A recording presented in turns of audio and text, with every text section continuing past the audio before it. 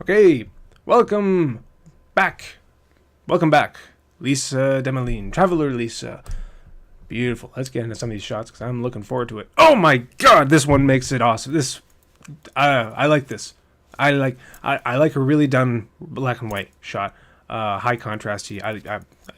Yeah, I'm excited. What are you? Right? You're shooting with the 60D.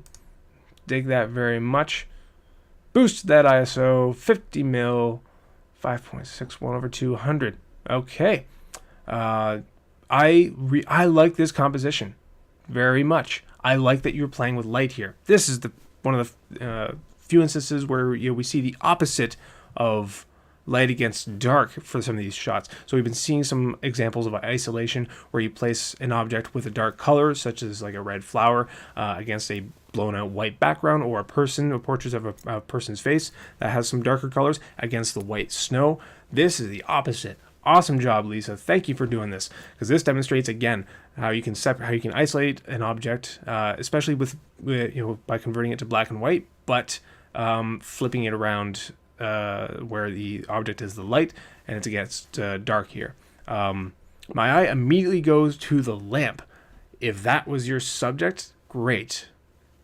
It doesn't look like the light was pointed on anything in particular on the desk, like the calculator or anything like that. Yeah, had it been reflecting the light quite a bit, it would have been a challenge you would have been fighting with the lamp back and forth between either the lamp is the subject or the object on the desk is in focus. So that's when you would have had to try to implement something else to break that object up, whether it be more texture, more detail, or less texture, less detail. So imagine, for instance, something very clear and glassy, like a glass vase or something like that will reflect the light and won't be as busy as this background. That would have maybe done it as well.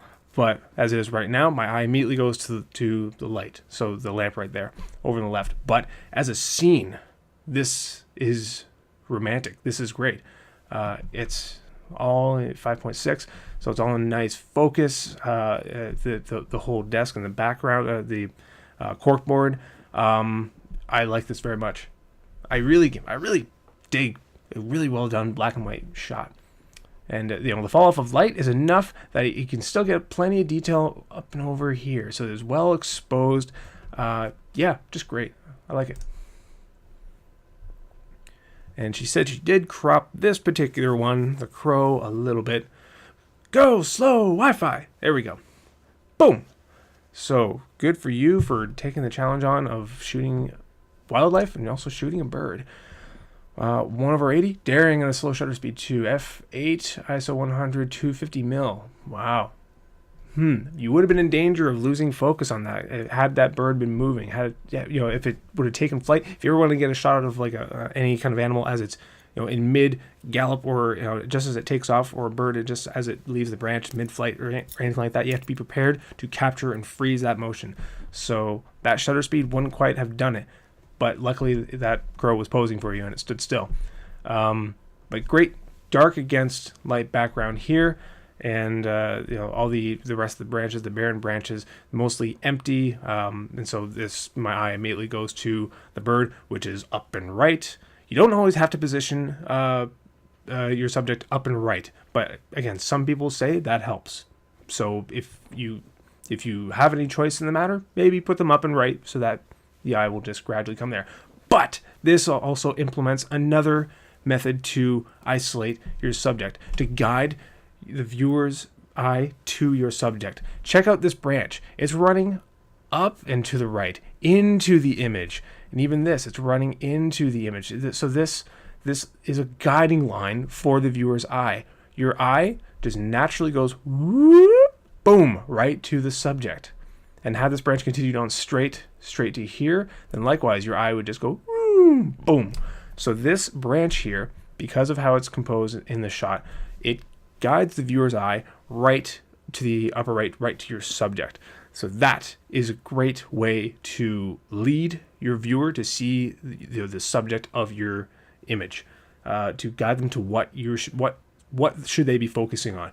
When you present an image to a viewer, they could see whatever they want. They could focus on whatever they want. So you have to guide them to what in this composition are we supposed to be focusing on? What is the center, so to speak? That is another great way of guiding your viewer to see what they should be looking at, the subject of your photo. Good job. Awesome. Let's see here. Whoa, playing with blur. Wow. You're skipping ahead. This is another challenge for later, Lisa. So, yeah. You're reading my mind. Look at this. 1/5, f13, ISO 2500, 18 mil. But where is my eye going? It's kind of split up between two, because this guy in the bottom left is in the foreground and he's not moving as much, so he's in clearer focus, not perfect focus, but clearer focus. And also he's black against all these swirling lights. My eye does go here, but he is in a fight. He's fighting for my attention with this guy, with his daughter or son over here, because he's also dressed in black. So this is kind of a toss-up. What is the subject here? Could be both. It could be the relationship between the two. This then starts to give way to, okay, what's the story here? You may start to see a connection between this guy down here and this guy up here, and there may be a story to the image. But what were you trying to isolate here? This guy in the bottom left, or this guy and his kid in the upper right? Because if it was the guy in the upper right, very tough, because they're going to be constantly spinning, so you won't be able to grab perfect focus on them. But that doesn't mean that you can't isolate them, because they are dark against the the whiteness of the image here. So there would still be a way to capture them. I would have waited until they came around, get them more, not perfectly center, but more center. So this looks like you're just about to lose them as they go around, if they are going that way. So trying to get them just about like here, and ask this guy, can he move? If you're shooting out in public, it's a fair question, and they may say no. They may get upset, but hopefully they don't get upset. But you can just ask, excuse me, sir, would you mind moving? You'd be amazed how often that works. And you, excuse me, and you just have to, don't be so shy. A lot of people will be nice enough that they'll say, oh yeah, sorry, and they'll move out of the way.